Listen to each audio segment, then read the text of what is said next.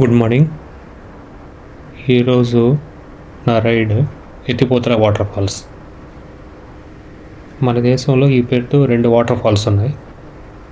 ఒకటి వచ్చి తెలంగాణ ఆంధ్ర బార్డర్లో నాగార్జున సాగర్ రూట్లో ఉంది, అది బాగా ఫేమస్. రెండోది వచ్చి ఈ తెలంగాణ కర్ణాటక బార్డర్లో ఉంది. ఇది కొంచెం అడవుల ద్వారా వెళ్తూ ఉంటుంది.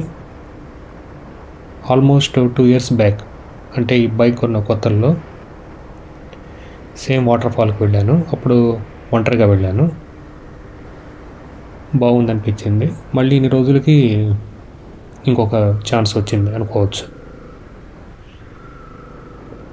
యాక్చువల్గా ఇది సోలో రైడ్గా ప్లాన్ చేశాను. కాకపోతే మా గ్రూప్లో శ్రీరామ్ కూడా ఎత్తిపోతల వాటర్ ఫాల్స్కి వెళ్తాను, ఈరోజు సండే కాబట్టి తనకేదో పని పడింది కాబట్టి త్వరగా వెళ్ళి అంటే ఉదయాన్నే బయలుదేరేసి 10 కంతా వచ్చేస్తాను, ఒకవేళ మధ్యలో మనం కనబడతామని చెప్పాడు అనమాట. అలా వాట్సాప్లో గ్రూప్లో మెసేజ్ పోస్ట్ చేశాడు. నాదేంటంటే సోలో రైడ్ కాబట్టి కొంచెం లేట్గా అయినా బయలుదేరినా పర్వాలేదు. ఎస్పెషల్లీ సండే కాబట్టి ఉదయాన్నే లేచి ఆదరా పరిగెత్తకుండా కొంచెం బ్రష్ చేసుకొని బాగా రెడీ అయ్యి బ్రేక్ఫాస్ట్ చేసి బయలుదేరితే మధ్యలో ఈ బ్రేక్ఫాస్ట్కి అయ్యే టైం వేస్ట్ తప్పుతుందని నా అభిప్రాయం. సో నేను కూడా తనకి మెసేజ్ పెట్టాను, కుదిరితే మనము దారిలో కలుద్దాము అని. కాకపోతే మనం అనుకున్నదొకటి అయ్యిందొకటి అనే దాని ప్రకారము నేను మ్యాప్ షేర్ చేశాను. మ్యాప్ షేర్ చేసినప్పుడు అక్కడ ఏమైందంటే ఆ మార్కింగ్లో రివర్స్ అయిందనమాట. నేను ఒక రూట్లో వెళ్ళాలనుకుంటే ఆ మ్యాప్లో వేరే రూట్లోంచి వెళ్ళింది. ఫర్ ఎగ్జాంపుల్, నేను ఎత్తిపోతలకి వెళ్ళేటప్పుడు విలేజెస్ ద్వారా డీటూర్ వెళ్ళాలని, అంటే ఇప్పుడు మీరు చూస్తున్నారు కదా, ఈ విలేజెస్లో వెళ్తూ ఉంటే ఆ బోరింగ్ నేషనల్ హైవేస్ బాధ తప్పుతుందని శంకరపల్లి, మోమిన్పేట్ ఇలా ఈ రూట్లో వెళ్దామని ప్లాన్ చేశాను. కాకపోతే గూగుల్ మ్యాప్స్లో మెయిన్ రోడ్లో చూపించింది, అంటే అది ముంబై హైవేలో Sangareddy, Sadashivpet, Zaheerabad and then towards Ethipothala. అది నేను ఈ రైడ్ స్టార్ట్ చేసిన తర్వాత కొంతసేపటికి రిలైజ్ అయ్యాను. కాకపోతే చేసేది ఏముంది, if there is chance will meet together, otherwise will have our own way అనుకొని బయలుదేరామన్నమాట. అది సంగతి ఈరోజుకి. ఈ శంకరపల్లి మోమిన్పేట మధ్య దారి అయితే మరీ దారుణంగా ఉంది, చూశారు కదా.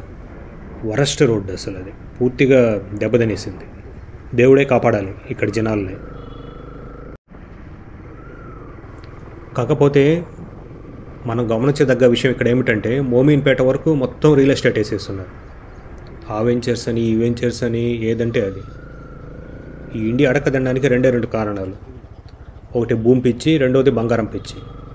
మన జనాలకి ఈ రెండింటిని మించి ఉన్నతంగా ఏం ఆలోచించాలో, ఒక రీసెర్చ్ అండ్ డెవలప్మెంట్, ఒక ప్రోడక్ట్ డెవలప్ చేస్తాము, ఒక సర్వీస్ డెవలప్ చేస్తాము, అట్లీస్ట్ ఆ క్లాస్ని చూసి బయట దేశాల జనాలు వస్తారు అని ఏమీ లేదు. 24 గంటలు ఇదే పురాణం. పిల్లల్ని అమెరికా పంపించామా, న్యూజిలాండ్ పంపించామా, ఇంగ్లాండ్ పంపించామా, అక్కడ వాళ్ళు కష్టపడతా ఉంటే ఇక్కడ వీళ్ళు మావాడు అక్కడ ఉన్నాడు ఇక్కడ ఉన్నాడు అని చెప్పుకుంటూ కాలనీల్లో ఒకరితో ఒకరు గొడవలు వేసుకుంటూ బతికేస్తుంటారు ఈ రొచ్చులో వీటిల్లో. ఆ రుచిని తట్టుకోలేక, లేకపోతే కొంచెం ఎక్స్ట్రా డబ్బులు వస్తే ఎక్కడ ఊరి బయట ఒక ఆర్టిఫిషియల్ ఫామ్ హౌస్ కొనుక్కుందామని ఎంపర్లాడుతూ ఉంటారు. ఇటాటోళ్ళని డూప్ చేయడానికి ఇటాటి రియల్ ఎస్టేట్ వెంచర్లు వస్తుంటాయి. నిజంగా ఈ రియల్ ఎస్టేట్ వెంచర్ల దగ్గరికి పోవాలి అంటే కనెక్టివిటీ బాగుండాలి, అంటే రోడ్డు, ఇటువంటి ఇన్ఫ్రాస్ట్రక్చర్. శానిటేషన్ గురించి వదిలేండి, దాని గురించి ఎంత మాట్లాడినా వేస్ట్. రోడ్లో ఇంత దారుణంగా ఉందంటే మనం మోయిన్పేట అటు సైడ్ కొనుక్కొని ఏం చేయాలి, నెత్తి మీద ఎత్తి నీరు పోసుకోవడం లేకపోతే నిప్పులు పోసుకోవడమే, అంతమించి ఇంకేం లేదు. ఏదో ఒకటి మనకు కూడా ఆస్తులు ఉన్నాయి అని చెప్పుకోవడానికి ఇటరి నిరర్ధకమైన పనులు చేయడంలో మన ఇండియన్స్ నెంబర్ 1. చూడండి, చెత్త చెత్త రోడ్లు, మనుషులు, మనం.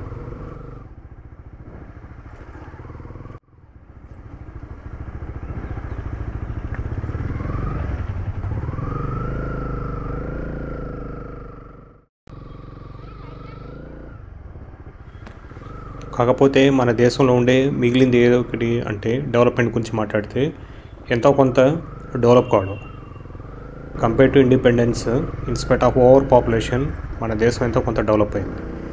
అదే టైంలో ఈ అత్యధిక జనాభా సమస్యని కంట్రోల్ చేస్తుంటే ఈ దేశం ఎక్కడికో ముందు దూసుకుపోయి ఉండేది. ఇప్పుడు ఫర్ ఎగ్జాంపుల్ చూడండి, ఇంతమంది జనాలు ఉన్నా, ఇంత గందరగోళం చేస్తున్నా కూడా ప్రకృతి అనేది ఎంతో రమణీయంగా ఉంటుందన్నమాట ఇండియాలో.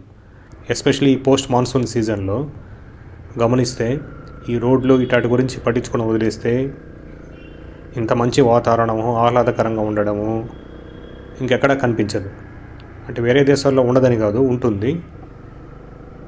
నాకు ఒకటి అనిపిస్తుంది, ఏదో ఒక రోజు ఇండియాలో మనుషులు తగ్గి, అంటే అది న్యాచురల్ కావచ్చు, అన్యాచురల్ కావచ్చు, మొత్తానికి నేచర్ అనేది మనల్ని కంట్రోల్ చేస్తుంది అనేది. ఈ రూట్లో మోమిన్పేట్ దాటిన తర్వాత ఈ రోడ్డు ఇంకా ప్లెజెంట్గా మారడం మీరు గమనించుంటారు.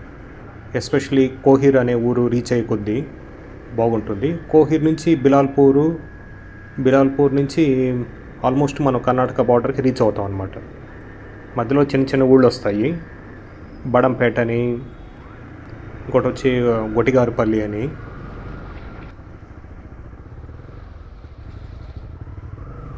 ఒక 5 నిమిషాల నుంచి ఒక పెద్ద ఆయన గమనిస్తున్నాను. హీరో హోండా స్ప్లెండర్ బైక్ అనుకుంటాను, చకచక దూసుకుపోతున్నాడు. ఈయన్ని చూస్తుంటే నాకు ఒక ఆయన గుర్తుకొస్తున్నాడు. సేమ్ టు సేమ్, ఒకటే ఏజ్ ఉండొచ్చు కానీ ఏం తగ్గడనమాట, తగ్గేదేలే అంటుంటారు.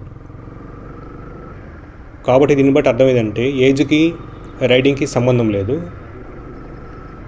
చూడండి ఆయన ఎంత చాకచక్యంగా చకచక ఈ గుంటల్ని మెట్టల్ని ఎలా తప్పిస్తున్నాడు.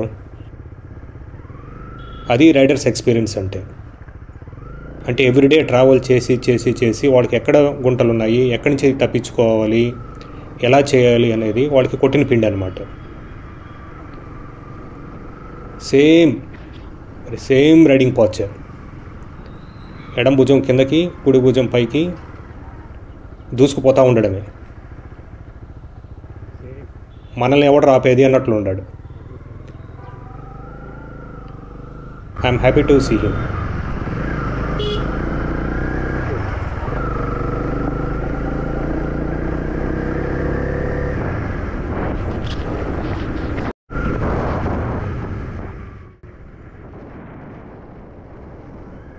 యాక్చువల్గా దీంట్లో ఇంక్లూడ్ చేసిన ప్లాన్ ఏమిటంటే కుసరాంపల్లి వాటర్ ఫాల్స్కి వెళ్ళాలని కూడా.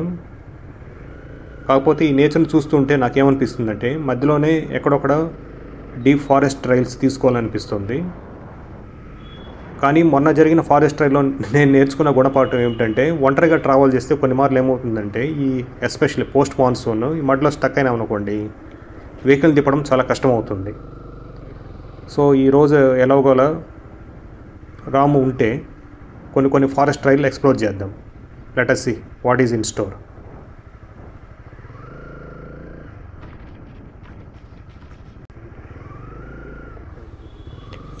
ఈ రూట్లో రకరకాల ఊళ్ళు వస్తుంటాయి అన్నమాట.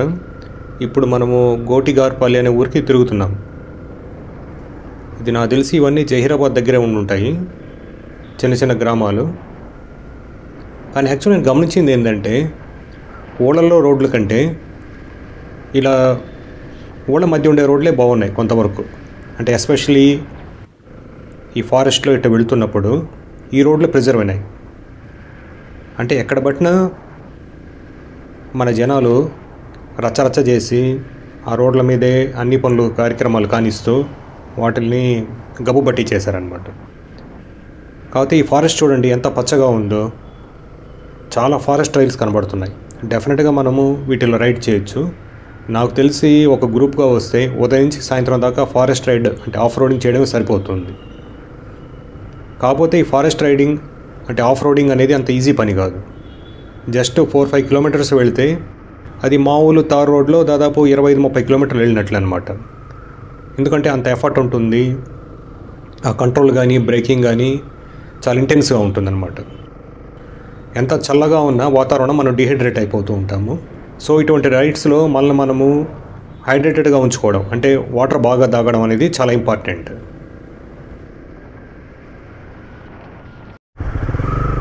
ఇది ఎవరో కానీ మెలికలుగా చాలా సందులు ఉన్నాయి. ఇంతకుముందు 2 years బ్యాక్ వచ్చాను. పెద్ద లారీ వేసుకొని ఇంత చిన్న సందుల్లో ఎటు వెళ్తాడో ఏమో. మొత్తం దాన్ని తప్పించుకొని బయటపడ్డాము. Let's go.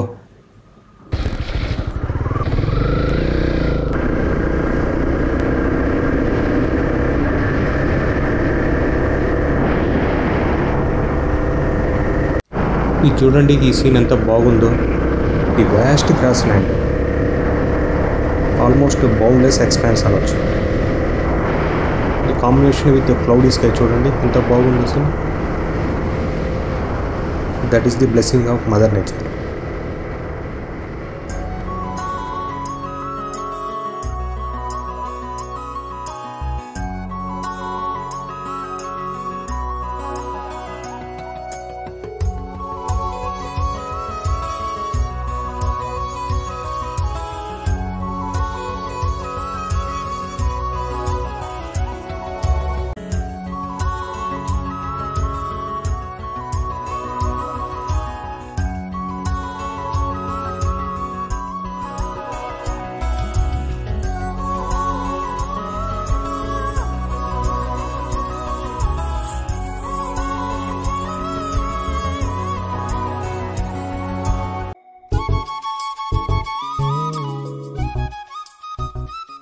With monsoon, our earth comes alive. You see, the grass is super green, like a bright carpet, wet and shiny from the rain.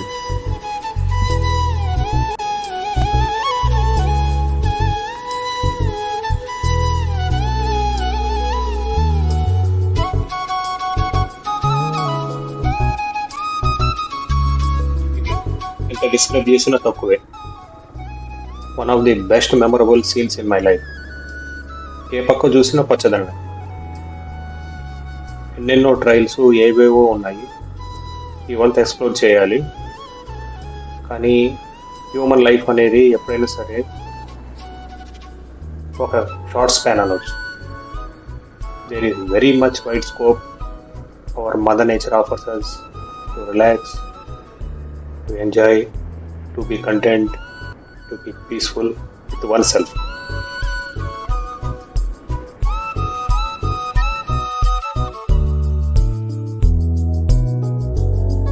ఆ పక్క చూసినా ఈ పక్క చూసినా ఎక్కడ పట్టినా ఫారెస్ట్ వ్యాలీస్. అవి ఎంతెంత దూరం లోపల పోతాయో నాకు తెలియదు. అట్లీస్ట్ ఒక 5 to 6 kilometers లోపల ఉండొచ్చు. ఇది ఎక్స్ప్లోర్ చేయాలి అంటే ఒక్క రోజులో అయ్యే పనే కాదు. Ultimate views.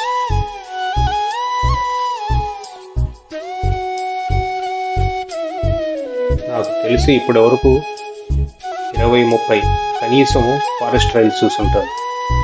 అది లెఫ్ట్ అయినా సరే రైట్ అయినా సరే ఎన్ని ఉన్నాయి చూడండి, అల్టిమేట్గా ఉన్నాయి. సో ఆ పక్క వెళ్ళినా ఈ పక్క వెళ్ళినా డెఫినెట్గా those will be one of the memorable moments. ఇంకా అంతకంటే పెద్ద పదం చెప్పాలి అంటే నా వల్ల కాదు అని